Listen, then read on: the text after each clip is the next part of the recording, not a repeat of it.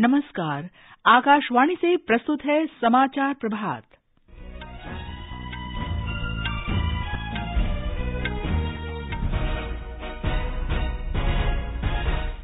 Bharatiya Janata party की राष्ट्रीय कार्यकारिणी की 2 दिवसीय बैठक आज नई दिल्ली में शुरू होगी। प्रधानमंत्री बैठक के समापन सत्र को संबोधित करेंगे। निर्वाचन आयोग रिमोट मतदान मशीन के बारे में सभी प्रमुख राजनीतिक दलों के साथ विचार विमर्श के लिए आज बैठक करेगा। भारत की अध्यक्षता में G20 आधारभूत कार्य समूह की 2 दिन की बैठक आज से पुणे में। विश्व आर्थिक मंच की वार्षिक बैठक आज स्विट्जरलैंड के दावोस में शुरू होगी। और भारत ने तिरुवनंतपुरम में तीसरे और अंतिम एक दिवसीय क्रिकेट मैच में श्रीलंका को रिकॉर्ड 317 रन से हराकर श्रृंखला 3-0 से जीती।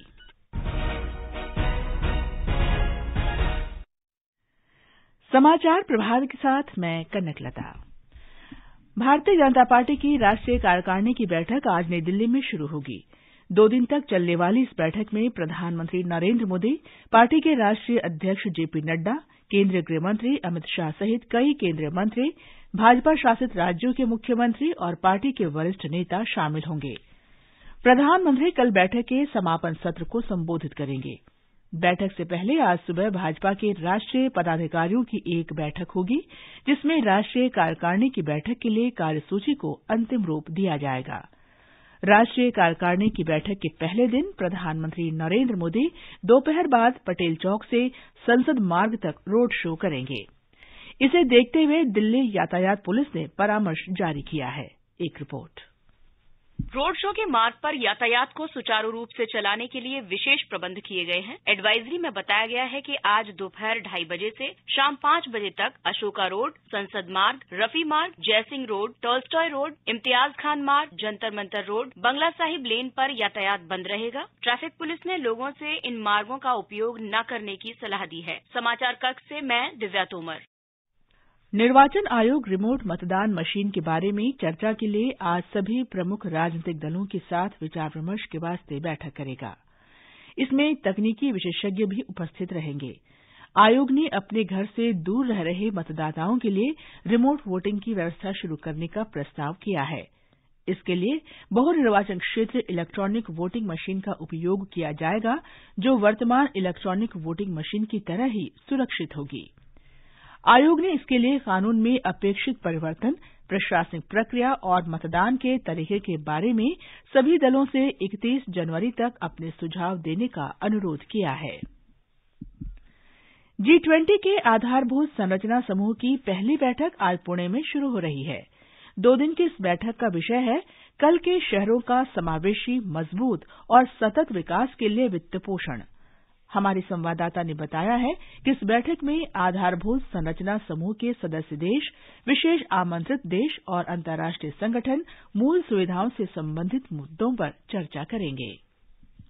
G20 infrastructure working group infrastructure निवेश के विभिन्न पहलुओं पर विचार विमर्श करेगा, जिसमें असेट क्लास के रूप में इंफ्रास्ट्रक्चर को विकसित करना, गुणवत्तापूर्ण अवसंरचना निवेश को बढ़ावा देना और बुनियादी ढांचे में निवेश हेतु वित्तीय संसाधनों को जुटाने के लिए अभिनव उपकरणों की पहचान करना शामिल है। इस बैठक में चर्चा की जाने वाली प्रमुख प्राथमिकता भविष्यकालीन शहरों का वित्त पोषण ये है। G20 बैठक से पहले पुणे नगर निगम और पुणे शहर के अन्य हितधारकों द्वारा कई भागीदारी पहल की गई, जिसमें G20 पर व्याख्यान, making cities future ready and importance of urban development पर सेमिनार तथा G20 साइक्लोथॉन, राष्ट्रीय युवा दिवस पर मोटर बाइक रैली, स्वच्छता अभियान और शिक्षण संस्थानों में मॉडल G20 पर चर्चा शामिल थी। इस पहल का उद्देश्य G20 बैठक के संबंध में होने वाली संपूर्ण चर्चाओं में सभी क्षेत्रों के लोगों को शामिल करना है। आकाशवाणी समाचार के लिए माधवी कुलकर्णी, पुणे। G20 की 2 दिन की थिंक 20 बैठक आज से मध्य प्रदेश में भोपाल में अंतर्राष्ट्रीय सम्मेलन केंद्र में शुरू हो रही है। मध्य प्रदेश में पहले थिंक 20 बैठक का उद्घाटन मुख्यमंत्री शिवराज सिंह चौहान करेंगे। हमारे संवाददाता ने बताया है कि बैठक में वैश्विक शासन व्यवस्था और जीवन मूल्यों पर चर्चा होगी। G20 के मुख्य समन्वयक हर्षवर्धन श्रृंगला ने भोपाल में जानकारी दी कि देश विदेश से आए 300 से अधिक मंत्री, बुद्धिजीवी और विषय विशेषज्ञ पूर्ण और समानांतर सत्रों, गोलमेज सम्मेलन और सामूहिक स्तर पर विचार मंथन करेंगे। इनमें 94 अंतर्राष्ट्रीय प्रतिनिधि, विभिन्न प्रदेशों के 115 और लगभग 100 स्थानीय प्रतिनिधि शामिल हैं। इसके अलावा अंतर्राष्ट्रीय संगठनों जैसे Asian development bank, ADB institute, African union, bill and Melinda Gates foundation, UN, UNDP और यूनिसेफ के प्रतिनिधि भी इस आयोजन में शामिल होंगे। अटल बिहारी वाजपेयी सुशासन एवं नीति विश्लेषण संस्थान भोपाल के उपाध्यक्ष प्रोफेसर सचिन चतुर्वेदी ने कल मीडिया से बातचीत में बताया कि प्रथम दिन 3 पूर्ण और 10 समानांतर सत्र होंगे। इन सत्रों के बाद अतिथि भोपाल के जनजातीय संग्रहालय का भ्रमण करेंगे और यहां आयोजित सांस्कृतिक कार्यक्रमों में शामिल होंगे। संजीव शर्मा, आकाशवाणी समाचार, भोपाल। केंद्रीय गृह मंत्री अमित शाह ने 2036 ओलंपिक के लिए गुजरात से लगाए जाने वाले निविदाओं की प्रारंभिक तैयारियों की समीक्षा की है। श्री शाह ने कल अहमदाबाद में एक उच्च स्तरीय बैठक की अध्यक्षता की और राज्य को समयबद्ध योजना के साथ अंतर्राष्ट्रीय स्तर का बुनियादी ढांचा तैयार करने का निर्देश दिया।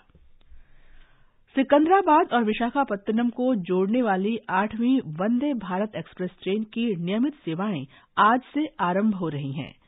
प्रधानमंत्री नरेंद्र मोदी ने कल वर्चुअल माध्यम से तेलंगाना और आंध्र प्रदेश को जोड़ने वाली इस वंदे भारत एक्सप्रेस को झंडी दिखाकर रवाना किया। पहली ट्रेन कल शाम विशाखापत्तनम पहुंची। एक रिपोर्ट।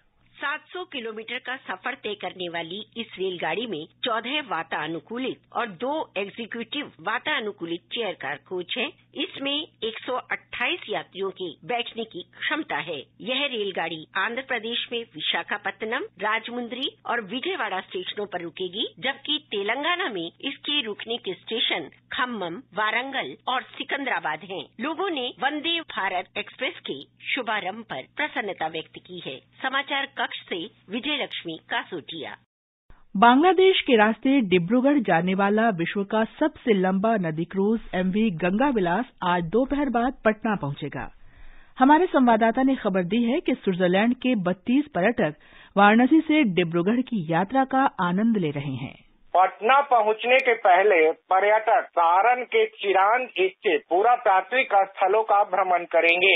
चिरांद में नवपाषाण युग के अवशेष प्राप्त हुए हैं। बिहार पर्यटन विभाग के निदेशक यशस्पति मिश्रा ने आकाशवाणी को बताया कि पर्यटकों के लिए व्यापक इंतजाम किए गए हैं। पटना में गोलघर, नया म्यूजियम और गुरुद्वारा देखने का है जो पटना साहिब में है। इसके अलावा यहाँ से वो सिमरिया जाएगा। सिमरिया में वाइसराय हाउस है, उनको देखने का प्रोग्राम है और सिमरिया के आसपास जो रूरल विलेजिंग है और मेला लगता है उसको देखना है। मुंगेर में वो किला का भ्रमण करेगा, योग विद्यालय का भ्रमण करेगा, सुल्तानगंज जाएगा जहाँ आज गैवीनाथ मंदिर जो गंगा के किनारे पर है उसको लोग देखेंगे और उसके बाद जो है बटेश्वर स्थान भागलपुर जाएगा। गंगा विलास क्रूज 22 जनवरी तक बिहार में रहेगा।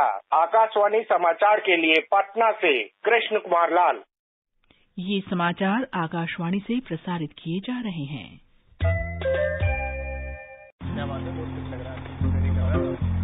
3 महीने में पैसे डबल, वाह, फास्ट और हाई रिटर्न्स भी। क्या स्कीम है? कल तो नहीं थी और कल होगा भी नहीं। तूने कभी 5 ओवर में डबल सेंचुरी मारी है? ऐसे स्कीम के बहकावे में आके हम धोखा खा सकते हैं। और आरबीआई कहता है अपना पैसा सुरक्षित रखो और समझदारी से निवेश करो। अगर ज्यादा रिटर्न के पीछे भागोगे तो रिस्क भी उतना ही उठाओगे। और फास्ट रिटर्न से बच के और फास्ट बॉलिंग से भी। आरबीआई कहता है जानकार बनिए, सतर्क रहिए। समाचार प्रभात में आपका फिर स्वागत है। विश्व आर्थिक मंच WEF की वार्षिक बैठक आज स्विट्जरलैंड के दावोस में शुरू होगी, जो इस महीने की 20 तारीख तक चलेगी। इस वर्ष मंच की बैठक का विषय है बटे विश्व में सहयोग। इस बैठक में विशेषज्ञ, शिक्षाविद, निवेशकर्ता, राजनीतिक और व्यावसायिक नेता विश्व की जटिल समस्याओं के समाधान के लिए विचार व्यक्त करेंगे।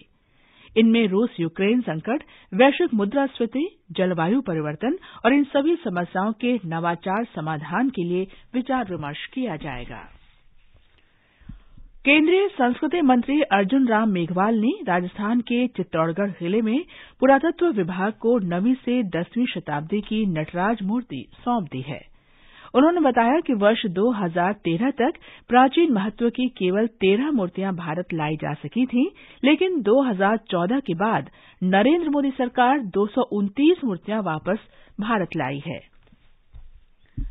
केंद्रीय पृथ्वी विज्ञान मंत्री डॉक्टर जितेंद्र सिंह ने कहा है कि समूचा देश वर्ष 2025 तक डॉपलर वेदर रडार नेटवर्क के दायरे में आ जाएगा, जिसके माध्यम से मौसम की कठिन परिस्थितियों की सटीक भविष्यवाणी की जा सकेगी। नई दिल्ली में भारतीय मौसम विभाग के 148वें स्थापना दिवस के अवसर पर डॉक्टर सिंह ने कहा कि प्रधानमंत्री नरेंद्र मोदी की सरकार में मौसम विभाग ने पिछले 10 वर्ष में रडार नेटवर्क को बढ़ाने में सक्रिय कदम उठाए हैं और आज इनकी संख्या 15 से बढ़कर 35 हो गई है। राजधानी दिल्ली सहित उत्तर भारत के कई हिस्से भीषण शीतलहर की चपेट में रहेंगे। मौसम विभाग ने बताया है कि दिल्ली और आसपास के क्षेत्रों में तापमान 3 डिग्री सेल्सियस के आसपास रहने की संभावना है। पंजाब, हरियाणा, चंडीगढ़, उत्तरी राजस्थान और उत्तर प्रदेश में घना कोहरा और कम दृश्यता बने रहने की संभावना है। हिमाचल प्रदेश, उत्तराखंड और जम्मू कश्मीर में 18 जनवरी से मध्यम से हल्की वर्षा या बर्फबारी हो सकती है। हमारे संवाददाता ने बताया है कि उत्तर प्रदेश में शीतलहर की स्थिति जारी है। हालांकि राज्य में आज प्राथमिक स्कूल खुलने जा रहे हैं। आकाशवाणी से विशेष बातचीत में उत्तर रेलवे के वरिष्ठ जनसंपर्क अधिकारी आरके राणा ने बताया कि घने कोहरे के कारण 13 रेलगाड़ियां देर से चल रही हैं। आज कोहरे के कारण उत्तर रेलवे में लगभग 13 रेलगाड़ियां लेट चल रही हैं। तो मेरा रेल यात्रियों से अनुरोध है कि घर से जब प्रस्थान करें तो 139 पर संपर्क करें ताकि किसी प्रकार की असुविधा न हो। फुटओवर ब्रिज का प्रयोग करें, रेलवे लाइन को सेल्फी प्वाइंट न बनाएं, सुरक्षित रहें, यही मेरा आपसे अनुरोध है। केंद्र सरकार देश में डिजिटल भुगतान के बुनियादी ढांचे में सुधार के लिए लगातार प्रयास कर रही है। मंत्रिमंडल के हाल के फैसले में सरकार ने रुपे कार्ड और एकीकृत भुगतान इंटरफेस का उपयोग करके भुगतान को बढ़ावा देने के लिए 2,600 करोड़ रुपए के परिव्यय को भी मंजूरी दी है। आकाशवाणी समाचार सेवा प्रभाग फोन इन कार्यक्रम पब्लिक स्पीक में आज रात 9:30 बजे भारत के डिजिटल भुगतान बुनियादी ढांचे का विस्तार विषय पर एक परिचर्चा आयोजित करेगा। तिरुवनंतपुरम में भारत ने तीसरे और अंतिम एक दिवसीय क्रिकेट मैच में श्रीलंका को 317 रन से हराकर श्रृंखला 3-0 से जीत ली है। एक दिवसीय क्रिकेट के इतिहास में यह अब तक की सबसे बड़ी जीत है। 391 रन के लक्ष्य के जवाब में श्रीलंका की टीम 22 ओवर में मात्र 73 रन पर सिमट गई। और अब समाचार पत्रों की सुर्खियों के साथ है विशाल शर्मा। धन्यवाद कनक। नेपाल में यति एयरलाइंस के विमान के दुर्घटनाग्रस्त होने की खबर आज के ज्यादातर अखबारों की पहली सुर्खी है। हिंदुस्तान लिखता है काठमांडू से पोखरा जा रहा विमान हवाई पट्टी पर उतरने से चंद लम्हे पहले खाई में गिरा, 5 भारतीय समेत 68 मरे। जनसत्ता लिखता है 72 लोग सवार थे हवाई जहाज में, पैराग्लाइडिंग के लिए पहुंचे थे भारतीय यात्री। दैनिक भास्कर ने विमान की को पायलट अंजू खतिवड़ा के मारे जाने की खबर देते हुए लिखा है अंजू की आखिरी उड़ान, पति भी यूं ही मारे गए थे।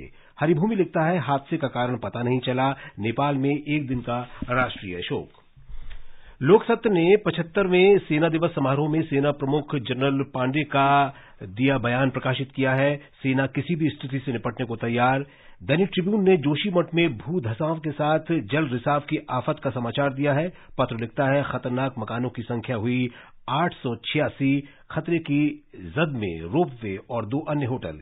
एक दिवसीय क्रिकेट मैच में भारत की श्रीलंका पर 317 रन से जीत पर राजस्थान पत्रिका लिखता है टीम इंडिया ने रचा इतिहास। अमर उजाला लिखता है विराट ने लगाया वनडे में 46वां शतक, 5वीं बार 150 रन से ज्यादा की पारी। दैनिक भास्कर लिखता है 52 साल के वनडे इतिहास में पहली बार 300+ रन से जीत। जनसत्ता ने बर्फीली हवाएं शीर्षक से बॉटम स्प्रेड पर लिखा है पंजाब के फरीदकोट में तापमान 0 से 1 डिग्री नीचे, ठिठुरा उत्तर भारत न्यूनतम तापमान लुढ़का। अंत में मुख्य समाचार एक बार फिर। भारतीय जनता पार्टी की राष्ट्रीय कार्यकारिणी की 2 दिवसीय बैठक आज नई दिल्ली में शुरू होगी। प्रधानमंत्री बैठक के समापन सत्र को संबोधित करेंगे।